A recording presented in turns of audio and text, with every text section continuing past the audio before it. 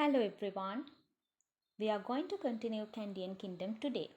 In our last video, we learned many of kings who ruled the Kandyan Kingdom and what the services rendered by them. Among them, we studied about King Rajadiraja Singha and today we will learn about the next king who ruled the Kandyan Kingdom. After the King Rajadiraja Singha, Sri Vikrama Raja Singha became the king of Kandyan Kingdom. We will go through detailedly about him.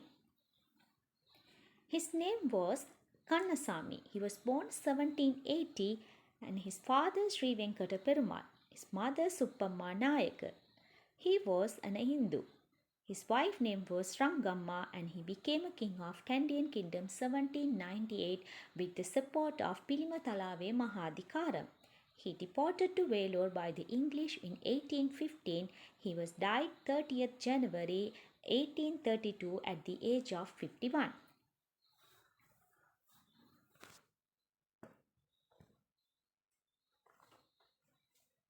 When King Rajadiraja Singha died, there were two Nayaka princes named Kannasamy and Muthusamy who were next heir to the throne. Prince Kannasamy, he received the support of Pilimatalave Mahadikaram and became the king of the Kandyan Kingdom in 1798 as Sri Vikrama Raja Singha. Then what happened this Muthusamy? This Prince Muthusamy, he fled the kingdom and went to the English who gave him protection. Here, Pilimatalave Mahadikaram must have believed that he could keep Prince Kannasamy loyal to him by making him king of the Kandy. At the beginning, the king listened the word of Pilimatalave Mahadikaram. But later he began to act according to the wish of his Nayaka relatives. This led to disputes between the king and Pilimatalave Mahadikaram. Then Pilimatalave Mahadikaram, what he did, he attempted to get the support of English and act against the king, but he was not successful. In the early period of King Sri Vikrama Raja Singha's region in Kandy, Sir Frederick North was the British governor in the coastal region of Sri Lanka. The Governor North made arrangement to invade the Kandyan Kingdom in 1830. The English who captured the city of Kandy declared Prince Muthusamy the king of the Kandyan Kingdom. The Kandians, they refused to accept Muthusamy as their king because Muthusamy was loyal to the English. The Kandians, who were getting ready to attack the English strategically, delayed launching their attack until the rainy season comes. Soon after the rainy season had started, the Kandians launched their attack on the English, blocking all main roads that had been used to maintain the relationship between Colombo and Kandy and prevented the supply of food and armaments to the English army. As a result, the English army got confined to Kandy city and became utterly helpless due to the storage of food and catching of diseases such as malaria. The English, they tried to return Colombo once again. At the time, King Sri Vikrama Raja Singha ordered the English to hand over to him Prince Muthusamy, whom the English had declared the king of the Kandyan Kingdom. The Major Darby immediately fulfilled the order of King Sri Vikrama Raja Singha, handed over the Muthusamy along with his brother Kandasamy.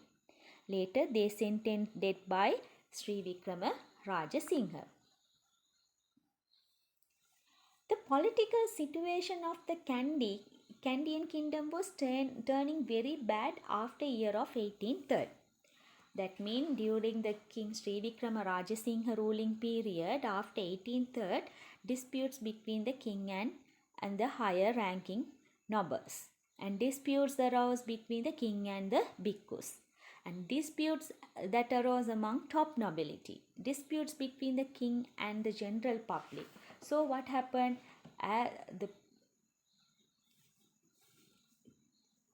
As a result, the king became unprotected within his own kingdom. Taking advantages of this situation, Sir Robert Brownrigg, the English governor of this country, launched an invasion into the Candian kingdom in 1850. As most of the people of Candians were not happy with the king, none of them came forward to prevent the English from enter the Kandy. As a result, the English were able to enter the city of Kandy without any difficulty.